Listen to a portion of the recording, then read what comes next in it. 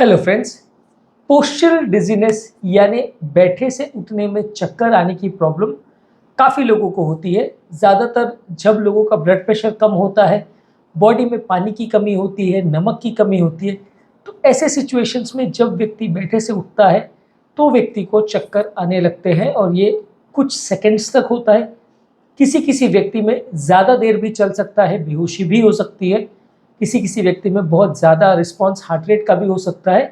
तो आज डिस्कस करेंगे, यदि किसी व्यक्ति को ये समस्या है कि बैठे से उठने में उसे चक्कर आ रहे हैं तो क्या टिप्स का उसको फॉलो करना चाहिए जिससे कि चक्कर का प्रॉब्लम कुछ हद तक कम हो जाए।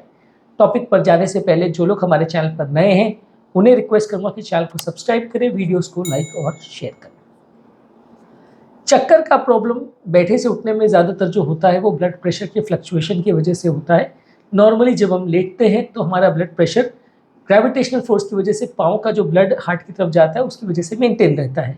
लेकिन जब व्यक्ति सीधा खड़ा हो जाता है तो ये ब्लड प्रेशर सडनली गिर जाता है। ऐसा होने का कारण ये है कि जो पाँव में जो ब्लड है वो स्टैग्नेंट हो जाता है, वो हार्ट की तरफ मूव नहीं कर पाता है। इस वजह से हार्ट को जो ब्लड मिलना होता है वो कम मिलता है। हार्ट को अगर ब्लड कम मिलता है तो ब्रेन को ब्लड कम जाता है, ब्रेन का परफ्यूजन प्रेशर कॉम्प्रोमाइज़ होता है, इस वजह से चक्कर आते हैं। तो इसको कम करने के लिए सबसे इम्पॉर्टेंट टिप है कि आप ब्लड प्रेशर को गिरने मत दें। ज़्यादातर ये ब्लड प्रेशर गिरने का प्रॉब्लम डिहाइड्रेशन की वजह से होता है, शरीर में पानी की या नमक की कमी से होता है। तो इसको कम करने के लिए आपको पानी ज़्यादा मात्रा में लेना चाहिए। दिन भर में अगर नॉर्मली आप 1 लीटर पानी पीते हो तो 2 लीटर या 3 लीटर आप पानी पीजिए, तो इससे आपका चक्कर आने का प्रॉब्लम कुछ हद तक कम हो जाएगा। इसके अलावा आप जब बैठे से उठ रहे हैं तो अगर आप सडन पोस्चर चेंज करते हैं तो काफ़ी चांसेस है कि आपको ज़्यादा चक्कर आए। तो इसको कम करने के लिए जो पोस्चर चेंज आप कर रहे हैं उसे थोड़ा स्लोली करिए। यानी कि जब आप बैठे से उठ रहे हैं तो पाँव को पलंग के साइड पे थोड़ी देर लटका दीजिए, ब्लड प्रेशर को स्टेबलाइज होने दीजिए, फिर कोई चीज़ का सपोर्ट लेके धीरे धीरे करके खड़े होंगे। तो ऐसे में बॉडी को ब्लड प्रेशर को एडजस्ट करने के लिए कुछ एक्स्ट्रा टाइम मिल जाता है। इससे आपका ब्लड प्रेशर उतना ज़्यादा नहीं गिरता जितना कि बाकी टाइम गिरेगा। इसके अलावा पाँव में ब्लड बहुत ज़्यादा जमा ना हो, स्टैग्नेंट ना हो, इसके लिए आप कंप्रेशन स्टॉकिंग्स पहन सकते हैं। ये बहुत टाइट मोजे होते हैं जो कि घुटनों के ऊपर तक जाते हैं। इसको यदि आप प्रयोग करते हैं तो जब आप बैठे से उठते हैं तो पाँव में बहुत ज़्यादा ब्लड वेन्स में इकट्ठा नहीं हो जाता, तो इसकी वजह से आपको चक्कर थोड़े कम आएंगे यदि आप कंप्रेशन स्टॉकिंग्स यूज़ करते हैं। खैर ये रूटीनली हर पेशेंट को नहीं करना चाहिए। जिन लोग को बहुत ज़्यादा प्रॉब्लम हो और सिंपल पोस्चर चेंज करने से या पानी नमक ज़्यादा लेने से अगर ठीक नहीं हो रहा है तो करना चाहिए। इसके अलावा आप ये कर सकते हैं कि रात को सोते समय जो बिस्तर का सिरहाना है या सर का जो साइड है उसको थोड़ा सा ऊपर एलिवेट कर दीजिए। ऐसा करने से सोने के टाइम जो ग्रेविटेशनल फोर्स की वजह से जो आपका ब्लड जो है पाँव में स्टैग्नेंट हो जाता है, जिसकी वजह से सडन फ्लक्चुएशन होते हैं, वो उतना ज़्यादा नहीं होगा। इसके अलावा आपको ये करने की ज़रूरत है, जब आप बैठते हैं तो पाँव को क्रॉस करके आलती पालती मार के मत बैठिए।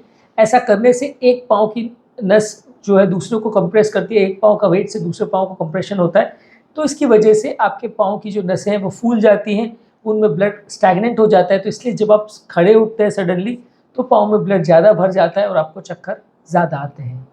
इसके अलावा ज़रूरी है कि आप छोटी छोटी मात्रा में खाना खाएँ। अगर आप ज़्यादा मात्रा में एक बार में बहुत ज़्यादा खाना खाते हैं तो इसकी वजह से भी चक्कर आ सकते हैं। ऐसा होने का कारण ये है कि जब हम खाना खाते हैं तो खाने को पचाने के लिए बॉडी को एक्स्ट्रा ब्लड हार्ट की तरफ डाइवर्ट करना पड़ता है, हार्ट को एक्स्ट्रा ब्लड पेट की तरफ डाइवर्ट करना पड़ता है ताकि आपका भोजन जल्दी से पच जाए और खाना अब्जॉर्ब हो पाए। अगर आप एक बार में बहुत ज़्यादा खाना खाते हैं तो उसको पचाने के लिए बॉडी को एक्स्ट्रा ब्लड डाइवर्ट करना पड़ता है पेट की तरफ, और ये एक्स्ट्रा ब्लड हार्ट को बाकी सब जगह से खींचना पड़ता है। तो इसकी वजह से ब्रेन में भी ब्लड सप्लाई कॉम्प्रोमाइज़ हो जाता है और आप जब बैठे से उठते हो तो आपको चक्कर आ सकते हैं। तो यदि आपको पोस्चरल डिजीनेस का प्रॉब्लम है तो थोड़े थोड़े अमाउंट्स में अगर आप खाना खाएंगे तो बॉडी को उसको पचाने में एक्स्ट्रा ब्लड की ज़रूरत नहीं पड़ेगी और ये चक्कर का प्रॉब्लम कुछ हद तक कम हो जाएगा। इसके अलावा आपको अल्कोहल नहीं लेना चाहिए। अल्कोहल आपकी नलियों को डायलेट करता है, इससे वजह से चक्कर का प्रॉब्लम बढ़ सकता है। चाय कॉफ़ी भी बहुत ज़्यादा नहीं लेना चाहिए, दिन भर में 1-2 कप से ज़्यादा नहीं लेना चाहिए। यदि आप बहुत ज़्यादा मात्रा में चाय या कॉफ़ी लेते हैं तो उसमें जो कैफ़ीन होता है वो आपकी नलियों को डायलेट कर सकता है, इस वजह से आपको नलियों के डायलेशन रिलेटेड चक्कर का प्रॉब्लम बढ़ सकता है। बहुत ज़्यादा गर्म पानी में स्नान या शावर्स मत करिए। बहुत ज़्यादा गर्म पानी में यदि आप शावर्स करते हैं तो आपका ब्लड प्रेशर ड्रॉप करता है, इसकी वजह से आपको चक्कर आते हैं, तो आप उस समय ठंडे पानी में शावर कर सकते हैं या नॉर्मल पानी में शावर कर सकते हैं। तो इससे आपका नलियों का डायलेशन उतना ज़्यादा नहीं होगा, चक्कर का प्रॉब्लम भी थोड़ा कम रहेगा। दिन भर यदि हम एक्टिव रहते हैं, मेहनत का काम करते हैं, भागते दौड़ते हैं, बैठे बैठे का जीवन व्यतीत नहीं करते हैं, तो इससे हमारे पाँव की मसल्स में ताकत आती है और इससे जो मसल कंप्रेशन द्वारा जो ब्लड को पुश करने की ताकत है ऊपर की तरफ, वो कंपैरेटिवली बेटर होती है। मसल्स आपकी वेन्स को प्रॉपरली होल्ड कर पाती हैं और उसमें ज़्यादा ब्लड भरने नहीं देती है। तो यदि कोई व्यक्ति दिन भर एक्टिव रहता है, मेहनत का काम करता है, तो वैसे व्यक्ति को कंपैरेटिवली पोस्चरल डिजीनेस या चक्कर का प्रॉब्लम उतना ज़्यादा नहीं होगा। इसके अलावा पाँव की अलग से आप एक्सरसाइज भी कर सकते हैं, वॉकिंग, रनिंग, जॉगिंग, पाँव के लिए कंप्रेशंस और इस तरह की एक्सरसाइज अगर आप करते हैं तो पाँव की मसल्स में ताकत बढ़ जाती है। इसकी वजह से पाँव की मसल ज़्यादा फोर्स से ब्लड को हार्ट की तरफ पुश कर पाता है और आपको उतना ज़्यादा चक्कर नहीं आएगा। आपकी ब्लड जो है पाँव की मसल्स में उतना ज़्यादा इकट्ठा नहीं हो जाएगा। इसके अलावा खाने पीने वाली चीज़ों में ज़्यादा मात्रा में आप नमक को लेंगे तो अच्छा है। शरीर के अंदर जो पानी रिटेन होता है वो नमक से काफ़ी हद तक सपोर्टेड होता है। यदि आप ज़्यादा मात्रा में नमक लेते हैं तो वो पानी को ऑब्जॉर्ब करके रखता है और नलियों के अंदर ब्लड उसकी वजह से ज़्यादा भरा रहता है।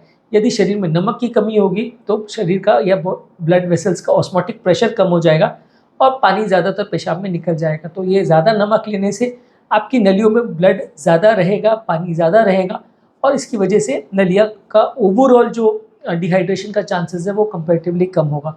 जितना कम शरीर में नमक होगा उतना बॉडी के डिहाइड्रेट होने का या ज़्यादा पेशाब निकल जाने का चांस बढ़ जाएगा।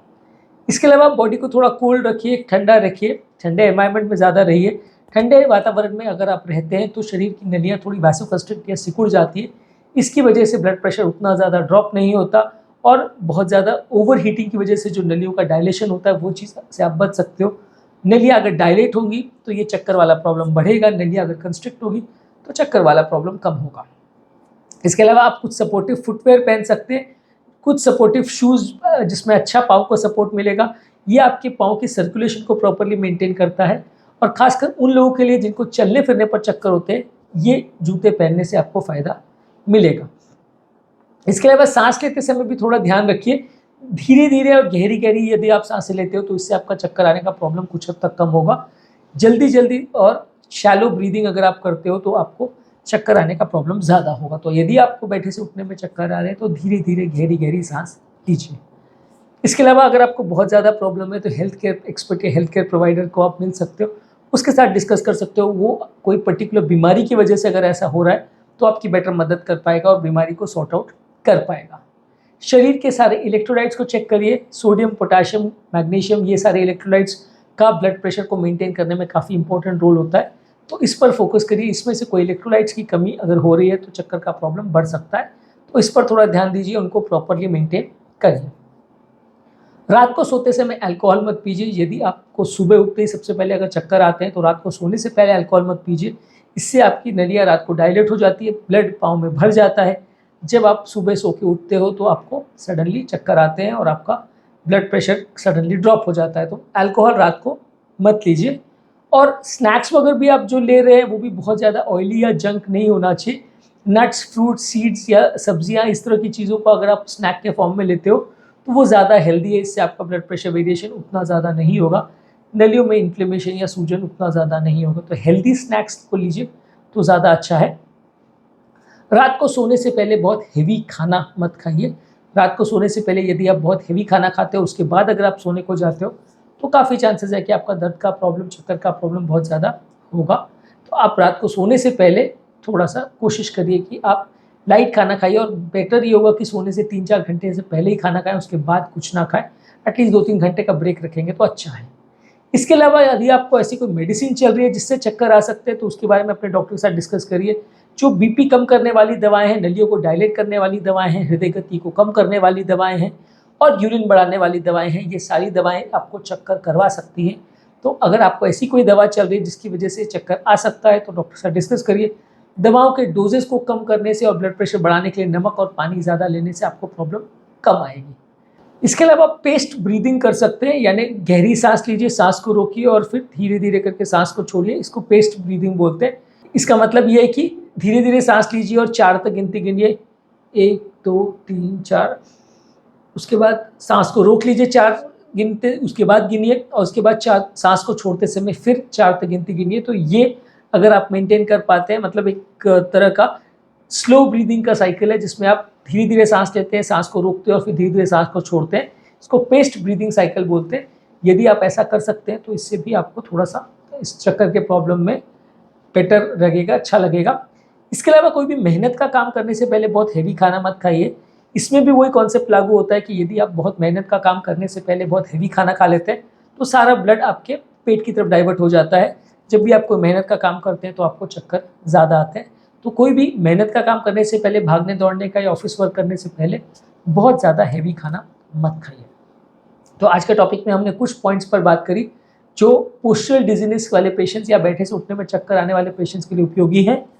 इसके अलावा भी कुछ पॉइंट्स हैं जो इस टॉपिक के सेकंड पार्ट में हम डिस्कस करेंगे। आज जो पॉइंट्स पर हमने बात करी वो है कि आप पानी ज़्यादा पीजिए, पोस्चर चेंजिंग स्लोली करिए, पाँव में कंप्रेशन स्टॉकिंग्स पहनिए, पाँव को क्रॉस बहुत ज़्यादा मत करिए, इससे आपको चक्कर आ सकता है। कम मात्रा में बीच बीच में ज़्यादा बार खाना खाइए, अल्कोहल और कैफीन को अवॉइड करिए, गर्म पानी से स्नान और शावर्स मत करिए, एक्टिव रहिए, पाँव की एक्सरसाइज करिए, नमक ज़्यादा लीजिए, ठंडा वातावरण बनाइए, वैसे कंस्ट्रक्शन उससे होगा, सपोर्टिव फुटवेयर का प्रयोग करिए, गहरी गहरी धीरे धीरे सांस लीजिए, हेल्थ केयर एक्सपर्ट से डिस्कस करिए, शरीर में सोडियम, पोटाशियम और मैग्नीशियम का बैलेंस को चेक करिए, रात को सोने से पहले अल्कोहल मत लीजिए, हेल्दी स्नैक्स लीजिए, हेवी मील्स को रात से पहले अवॉइड करिए, अपनी मेडिसिन को प्रॉपरली ध्यान से लेते रहिए, पेस्ट ब्रीदिंग यानी 4 गिनने तक सांस को लेना, फिर 4 गिनने तक उसको रोकना, फिर 4 गिनने तक छोड़ना, इस पैटर्न को फॉलो कर सकते हैं। और रात को सोने से पहले हेवी मील्स या हेवी खाना मत खाइए।